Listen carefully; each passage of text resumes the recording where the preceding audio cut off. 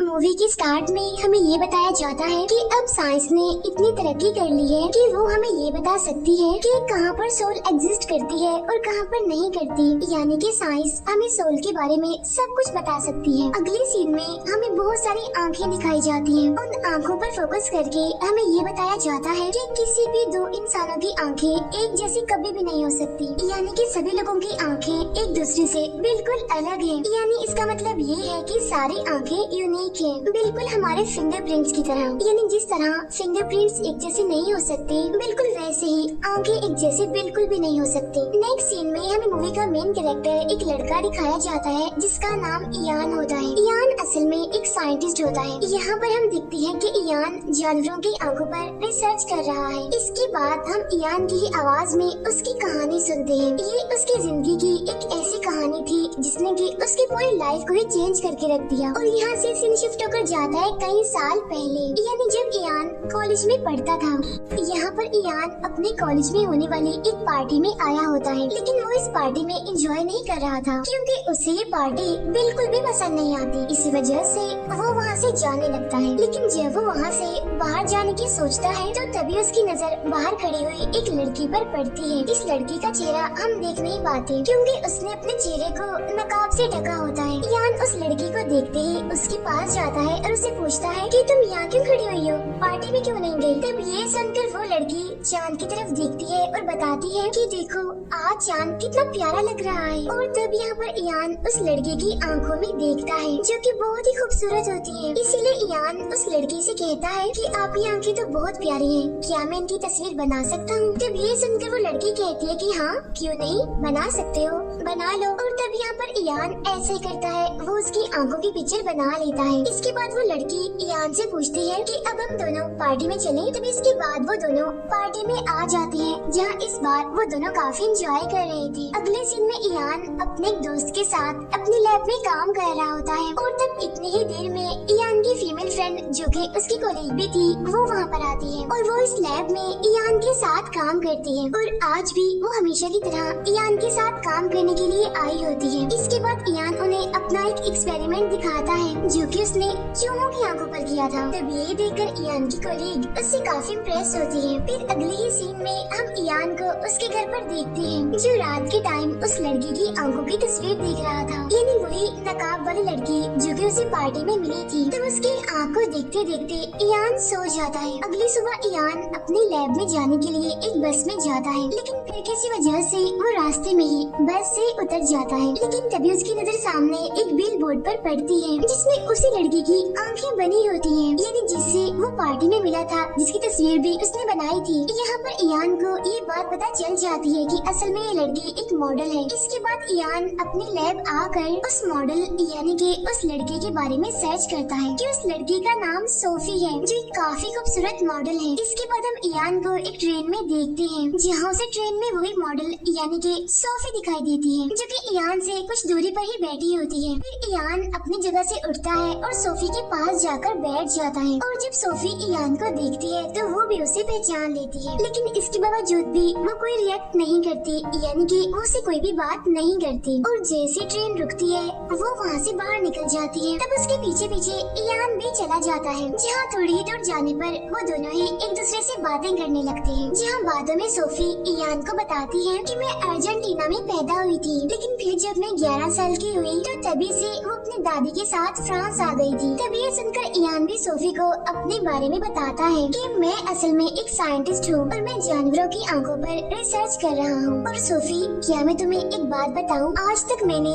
जितनी भी आंखों को देखा है उनमें से मुझे सबसे ज्यादा खूबसूरत आंख तुम्हारी लगी। इसी वजह से उस दिन मैंने तुम्हारी आंखों की तस्वीर बनाई थी क्योंकि तुम्हारी जैसी आंखें मैंने कभी भी नहीं देखी। अब उनकी बातों से उनके बीच एक कनेक्शन बन जाता है जहाँ बाद में सोफी इयान के साथ उसके घर आ जाती है जहाँ वो दोनों एक दूसरे के साथ काफी बातें करते हैं और काफी अच्छा टाइम वो गुजारते हैं। फिर एक दिन जब वो दोनों बाहर घूम रहे होते हैं तो उन्हें वहाँ पर एक सफेद मोर दिखता है जो कि काफी खूबसूरत लग रहा था। तब उसे देखकर सोफी इयान को बताती है कि इंडियन कल्चर में सफेद मोर को सोल का सिंबल जंगल कहा गया है, यानी कि जहाँ पर भी सफेद मोर होगा वहाँ आसपास जरूर कोई ना कोई सोल होगी। तब ये सुनकर इयान उस मोर के बारे में साइंटिफिक फैक्ट्स बताने लगता है और इस बात से हम ये समझ पाते हैं कि वो दोनों एक दूसरे के बिल्कुल ऑपोजिट हैं, यानी कि बिल्कुल अलग अलग हैं वो। यहीं पर हम देखते हैं कि इयान अब सोफी के घर पर ही रहने लगा है उसके साथ, जहाँ पर सोफी इयान को अपने पेरेंट्स की तस्वीर दिखाती है। अब उसके पेरेंट्स की तस्वीर को देखकर इयान भी उदास हो जाता है, क्योंकि उनकी तस्वीर को देखकर उसे अपने पेरेंट्स की याद आने लगती है। इसी वजह से वो खुद को संभालते हुए वहाँ से चला जाता है। यही हम सोफी के घर में एक मूर्ति को भी देखते हैं और ये मूर्ति भी इंडिया से बिलोंग करती थी। और अब ये देखकर हम ये समझ पाते हैं कि सोफी को इंडियन कल्चर से काफी लगाव है, वो इंडियन कल्चर को काफी पसंद करती है। अगले दिन हम इयान और उसकी कोलीग को देखते हैं जो कि अपनी लैब में एक एक्सपेरिमेंट पर काम कर रहे थे, जिसमें एक कीड़ा जिसके पास आँख नहीं थी वो उस कीड़े को इस एक्सपेरिमेंट के जरिए आँखें दे रहे होते हैं, क्योंकि इयान का मानना ये था कि हमारी आँखें गॉड का दिया हुआ कोई गिफ्ट नहीं है, बल्कि जब इंसान पैदा हुआ तो इंसान की बॉडी में ग्रो करने वाला डेवलप्ड ऑर्गन है। इसके बाद इयान घर आकर सोफी को प्रपोज करता है और उससे पूछता है क्या तुम मुझसे शादी करोगी। तब इस बात के लिए सोफी फौरन मान जाती है और फिर अगले ही दिन वो दोनों शादी करने के लिए कोर्ट चले जाते हैं। लेकिन वहाँ जाकर उन्हें ये पता चलता है कि आज उनकी शादी नहीं हो सकती। तब इस बात से वो दोनों उदास होकर घर वापस जाने लगते हैं। लेकिन तभी इयान के पास उसकी कोलीग का फोन आता है जो इयान को बताती है कि हम जिस कीड़े पर एक्सपेरिमेंट कर रहे हैं ना, उसे हम साइंस की मदद से आंखें दे सकते हैं। और अब ये सुनकर तो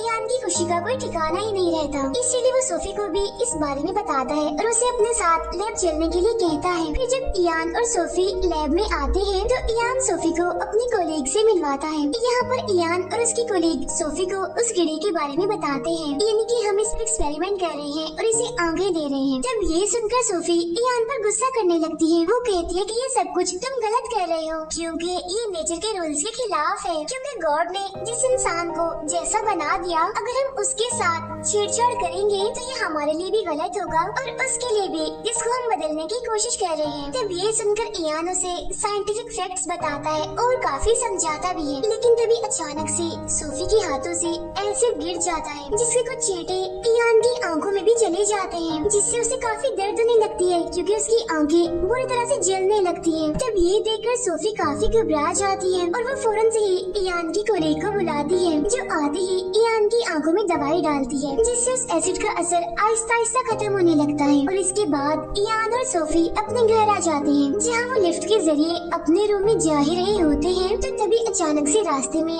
लिफ्ट की एक तार टूट जाती है, जिससे वो लिफ्ट वहीं पर ही रुक जाती है। तब ये देखकर सोफी काफी डर जाती है और घबरा भी जाती है और इसी वजह से वो रोने लगती है। लेकिन इयान यहाँ पर किसी तरह उस लिफ्ट का दरवाजा खोलता है और वहाँ से बाहर निकलता है। लेकिन इससे पहले कि वो सोफी को उस लिफ्ट से निकाल पाता तो वो लिफ्ट नीचे की तरफ जाने लगती है, जिसमें सोफी बुरी तरह फंस जाती है और इसी वजह से उसकी यहीं पर ही मौत हो जाती है।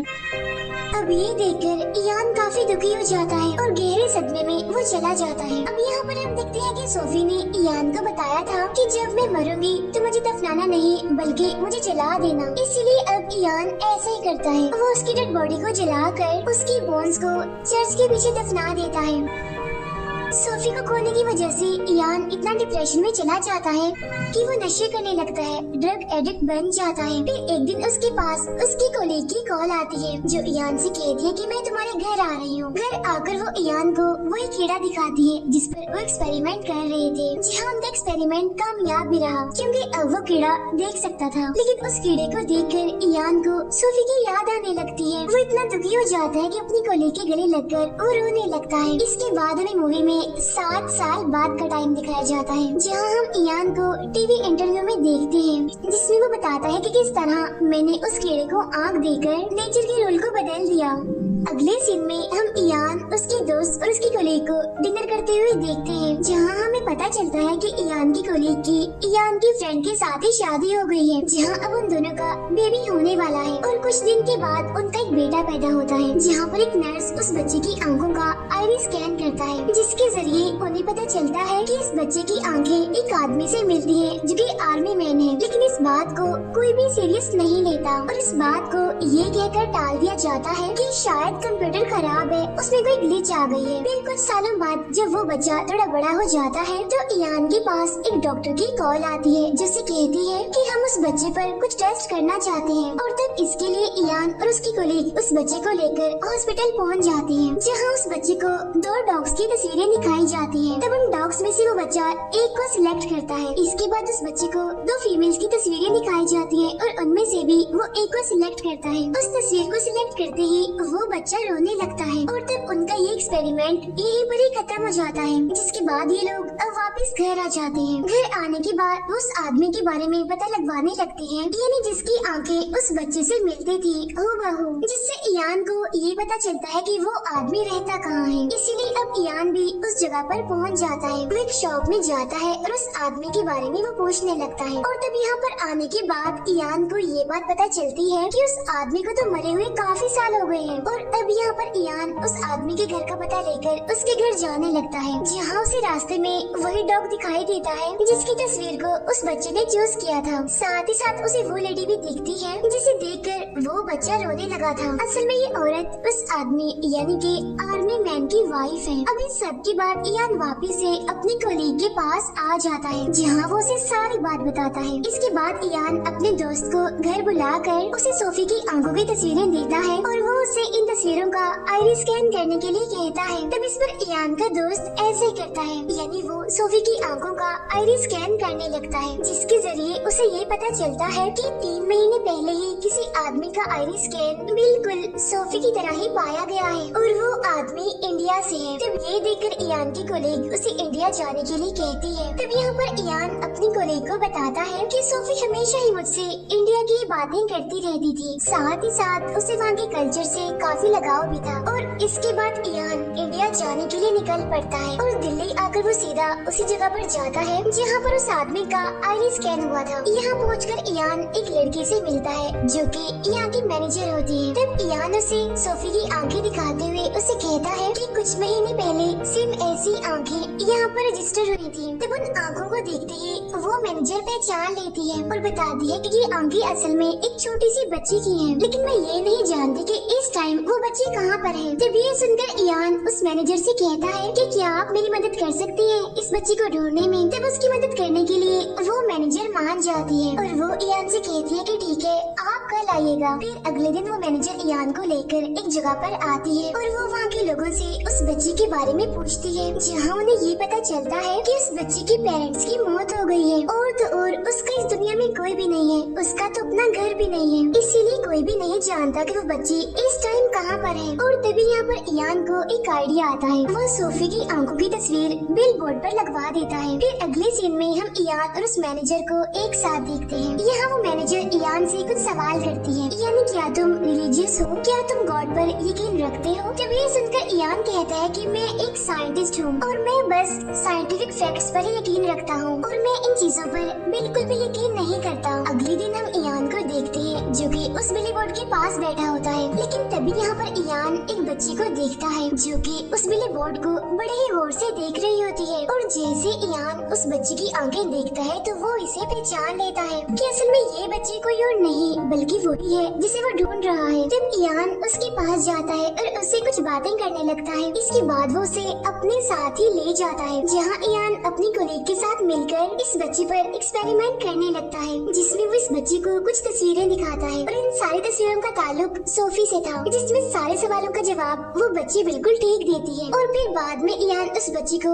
3 लड़कियों की तस्वीरें दिखाता है और उनमें एक तस्वीर सोफी की भी थी। उन तस्वीरों में से वो बच्ची सोफी को ही चूज करती है। और तब यहाँ ये कंफर्म हो जाता है कि असल में इस बच्ची का जो पिछला रूप था, जिसका पिछला जन्म था, वो असल में सोफी का ही था। लेकिन इसके बावजूद भी इयान को इस बात पर यकीन नहीं आता। और अब यहाँ पर इयान और वो बच्ची नीचे जाने लगते हैं, लेकिन जैसे लिफ्ट खुलती है तो वो बच्ची काफी डर जाती है और इयान को जोर से पकड़ लेती है और रोने लगती है। और तब ये देखकर इयान को याद आता है कि सोफी की मौत लिफ्ट लिफ्ट की वजह से ही हुई थी और लिफ्ट को लेकर सोफी का ये डर उसके इस जन्म में इस रूप में भी है। और तब यहाँ पर इयान को उस मैनेजर की कही हुई बात याद आती है, जिससे इयान फौरन समझ जाता है कि ऐसी बहुत सारी चीजें हैं जो कि साइंस से भी काफी आगे हैं और उन सभी चीजों का, सभी सवालों का जवाब साइंस के पास आज भी नहीं है। यहाँ पर इयान उस बच्ची को अपने गले से लगाता है और उसे चुप करवाता है, उसे रिलैक्स करता है। फिर वो उसे लिफ्ट से नहीं ले जाता बल्कि वो सीढ़ियों के जरिए उसे लेकर नीचे आता है और इसी के साथ ही